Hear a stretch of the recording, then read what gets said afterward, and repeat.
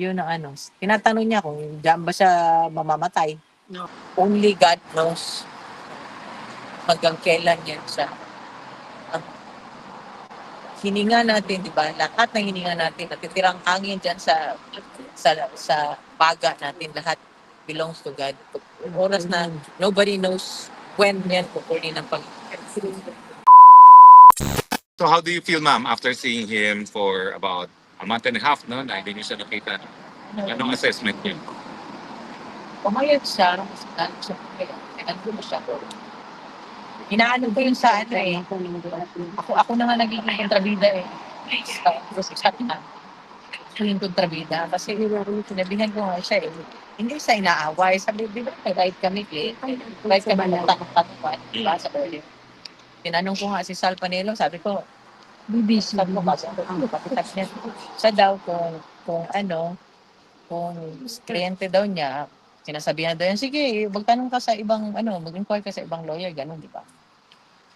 Siyempre tayo, isa lang naman ang purpose natin, di ba? Gusto natin makalabas. Kahit na anong gawain namin, maghahanap kami ng paraan, di ba? Sabi ko nga sa kanya, maghahanap kami ng paraan. Hanggang ngayon na,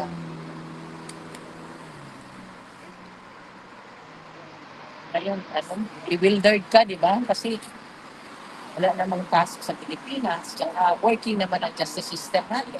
Diba? Yes, patay na lahat sa Justice Supreme Court. Diba? Buhay naman sila lahat. Nakaitim sila. Diba?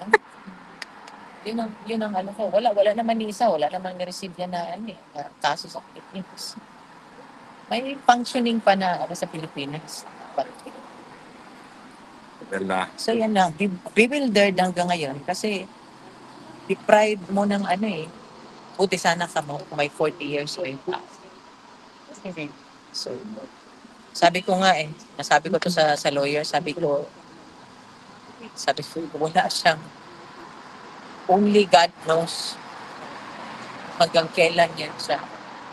Ang hininga natin, di ba? Lahat ng hininga natin, natitirang hangin dyan sa baga natin, lahat belongs to God. Oras na nobody knows when yan kukunin ng Panginoon. Miski pa-check up pa nila dyan, pa-check up. Monitor sila ng monitor dyan. Monitor. Only God knows. Sabi ko nga sa lawyer, sabi ko, hindi magiging maganda yan sa iyo bilang abogado kung namatay yan dyan. Ikaw. Nightmare po yun. Thank you very much, ma'am, dahil ang buong bansang Pilipinas naman, miski hindi kami kamag-anak, tatay po talaga ang turing namin sa kanya. Lahat kami share the feeling na dapat talaga maiuwi na sa lalong mabilis na panahon. Prayer doon na Maski 10 araw na lang ibigay sa kanya na Diyos. Basta mamatay lang siya sa bahay lang. Clinic. Kasi yun ang laman ng 80 years old. Ba naman ang meron sa bibigyan. Pagkain na lang gusto niya. Pagkain niya, inayaw lang. Okay. May questions kayo? Ma'am, may tatanong lang po ako. Hope you don't mind. Narinig po ba ni Tata yung about pagbenta niya ng bahay? Ano po Alam naging niya. reaction niya doon? Oo, alam niya. Alam niya at saka alam ng anak. Pag naubusan na kami pera, wala na akong magawa. Diba? Bakit may bibigay ba? Hindi naman kami nangihingi. Kagaya ng iba, magawa ng kung ano-ano dyan. Kasi wala naman. Kami narinig na wala naman ako nalabas na libro para mapagkakitaan ko. Yung libro. Inaasahan ko ngayon, piso lang. Piso lang yung ko. Kami lahat, family, lahat kami. Okay na. Talaga. Tsaka, hindi 10 piso, hindi 100 peso ang bawat lakad. Sa mga napag-usapan niyo po, what can you share? Yung mga hindi naman private matters. Meron ba ho anything on politics? Wala naman. Kinuwento ko lang yung di ba yung witness na ex-queen. Oo. Kinuwento ko yun. Yung tanim testigo po yan? Yung tapos, Si Pastor Kibuloy po, wala siyang nasabi dahil natin yung bail ni Pastor Kibuloy. Hindi ko na-venture kasi. Pero yun naman siya ba yung Hindi rin niya kasi nalaman na na-cancel yung, Ah. na hindi nag-grant ng bail. Hindi siya nag-grant ng bail. Oh, ano naman siya, kaya lang, yun na nga, tanong mo parati, ano ba daw, ano daw sabi niya, di daw niya nakikita yung lawyer niya. Ano, sabi niya. So, Hindi ka na. So, Kalisod ka. ano to na, pero dati, iba ano nila eh. Dati ko kami, pag binibilihan ko sa vending machine, pwede dalahin sa ano, yun, ito. Ngayon hindi na pwede. Bawal. Hindi.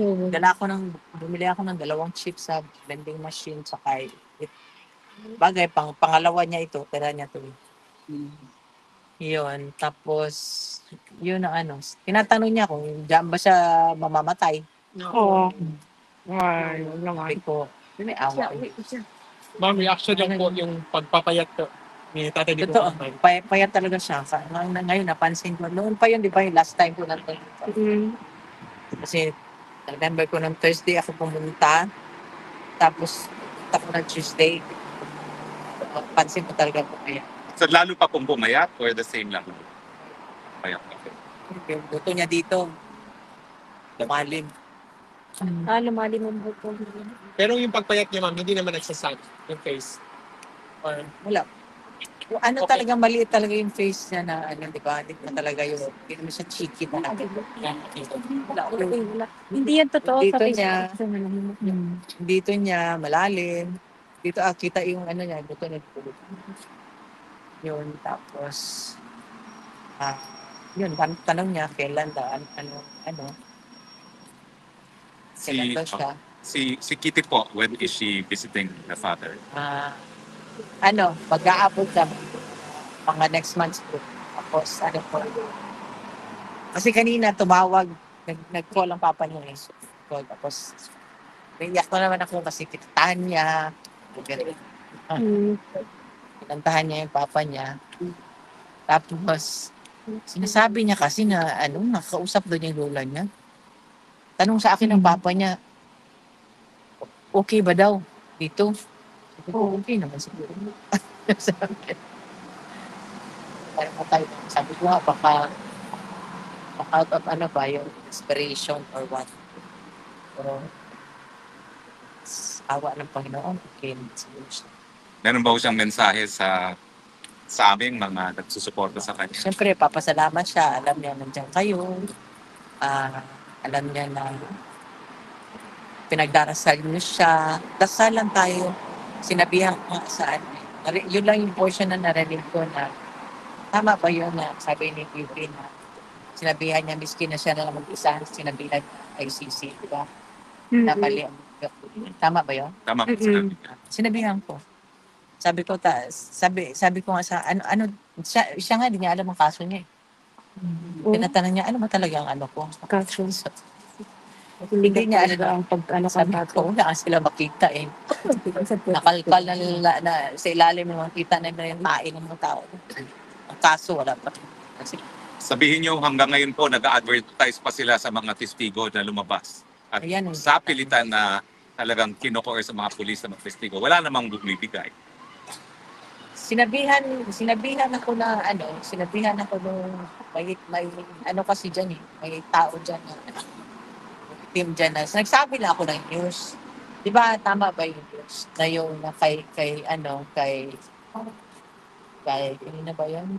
Kay yung nag-squill na witness. Mhm. Tama, 'di ba? Oo. Sinabi niya meron siyang kasama na Yes. kapatid. Yes. Nagsabi lang ako ngayon, sabi ko sa English, sinabi ko lang, kinwento ko lang balita. Hindi yan regarding sa kaso, balita yung kinikwento ko. Ganun yung kung ano lang yung balita doon na ganun yung hindi ko nga alam kung sino yun. Hindi na ako nakikinig kasi ng news eh. Yun. Dasal na lang talaga na hiling ko sa inyo na sana every na nandito kayo. Dasal, wala tatapos at dasal. Mag-try niyo sa kumbana dito na. Ano ho, yung nagkupit at nagkulay ng buhok dyan na sa ICC. Alin? Yung nagkulay at Oo, nagkupit. Yung kulay ng buhok niya na ngayon, yung parang brown. Hindi na yung dark na black, brown na. Sabi ko nga sa kanya gusto ko. Tapos yung parang gano'n na, sino bang ko? Parang ganyan, no? Parang gano'n, parang parang gano'n. Napay. Parang gano'n. Hindi yung, di ba, sabi ko nga sa kanya, yung buhok, yung dati ayaw ko yung gupit eh. Minsan, ano yung gupit eh. Pero sabi ko sa kanya, gusto ko yung gupit. Yun, tapos minamasahe ko yung paa niya. Chinecheck ko kasi yung toes niya. Ay, mga ganyan. Tapos, may nakita ako kasi na parang mark na pula na line sa ano niya ba, sa talampakan niya. So, inano ko gano'n kasi ano yan eh, pag diabetic, di ba? Ayaw ko magkain. So, minasahan, inano ko gano'n. Sabi ko, palitan ko kaya kasi ako pabibili ng ano niya. Yan lang. Hugs ba yan? Hugs. Hugs. Yung Hugs. Yung Hugs na gano'n, na slip-on, na close doon sa ano, gustuhan niya. Oo, na, ano niya. Sabi ko, palitan ko na to. Palitan ko na to. Sabi ko nga sa kanya, palitan kita ng mga bagong mga ano. Hanggang ngayon kasi hindi nila ako binibigyan ng bagong measurement niya, pati weight niya eh. Tagal ko nang inano yan. Kasi ayaw ko yung matapakan niya, lawlaw na minsan, hawakan doon niya yung pantalon niya. Diba? Matapakan niya. Ano pa? Ito pa. Gusto ko actually palitan lahat ng kaya yung reason why gusto ko liitin yung public measurement sa akin. Pero yun lang kasi Ma'am, okay. nasa sa'yo pag sumagot ka nito, ma'am. Kasi kahapon question ng SMNI about na yung si Tatay Digong na Pinalabas nung sangaran. kahapon, Yung sangaran. pinalabas sa ICC facility. Aware Tinanong ko din ng lawyer, tininay niya sa akin. Actually, ang nagtanong sa akin na nandito na ako, yung doktora niya na nasa Davao, nasa Manila, I mean, taga Cardinal Santos. Tinanong niya sa akin na hospital ba daw. Nung tinanong ko yung lawyer, dininay. Tapos nung may na parang ano yata eh, parang sabi ko, sinabihan ko na lang si doktora, sabi ko, doktora, malalaman ko. So, ang lawyer pala yung hindi nagsasalita. Yung nung tumawag siya sa akin last time, may guard na lumapit. Tapos ano sabi ko? Sabi niya, ay, ano daw, medical result daw. Sabi ko, sige. Kasi yan siya, hindi niya na binabasa yan. Never na yan siya nagbasa ng kanyang laboratory. Hindi na maintindihan niya kung paano siya. Hindi na yung binabasa. Ako na nagbabasa niya. Doon pa yan. So, hindi marunong magbasa, hindi niya maintindihan medical, anything medical. So, sabi ko, sige, basahin mo para maano ko rin, maano ko kayo. Pagbukas na edad, sabi mo, paano mo malaman? Oo nga, that's nga ang result. Hello, Philippines. Dapat bigyan sila ng Google Translate para ma-translate. Sabi na, normal ako lahat. Nanibabasa sa Kailan po sunod na dalaw niya? I think Friday. Nasa Friday na. Check ko yung Tagal pala. Bukas. Wednesday. O tama, wala nga Thursday, Bukas Friday. Friday ka, ma'am? Laan ka na. Friday. Ito tayo for Germany. Lagi, ma'am. Layo ba? 3 hours naman. Parang ano yan, parang tinitin. Tapos sinabihan ako ng guard late. Ako, no, I'm never late. I just follow the instruction. Sabi ko, ganun. Sabi ko, instruction 2:30. Sabi ko, one daw. No. Kasi ano ko nga sa lawyer. Sila nagbibigay ng ano. Schedule.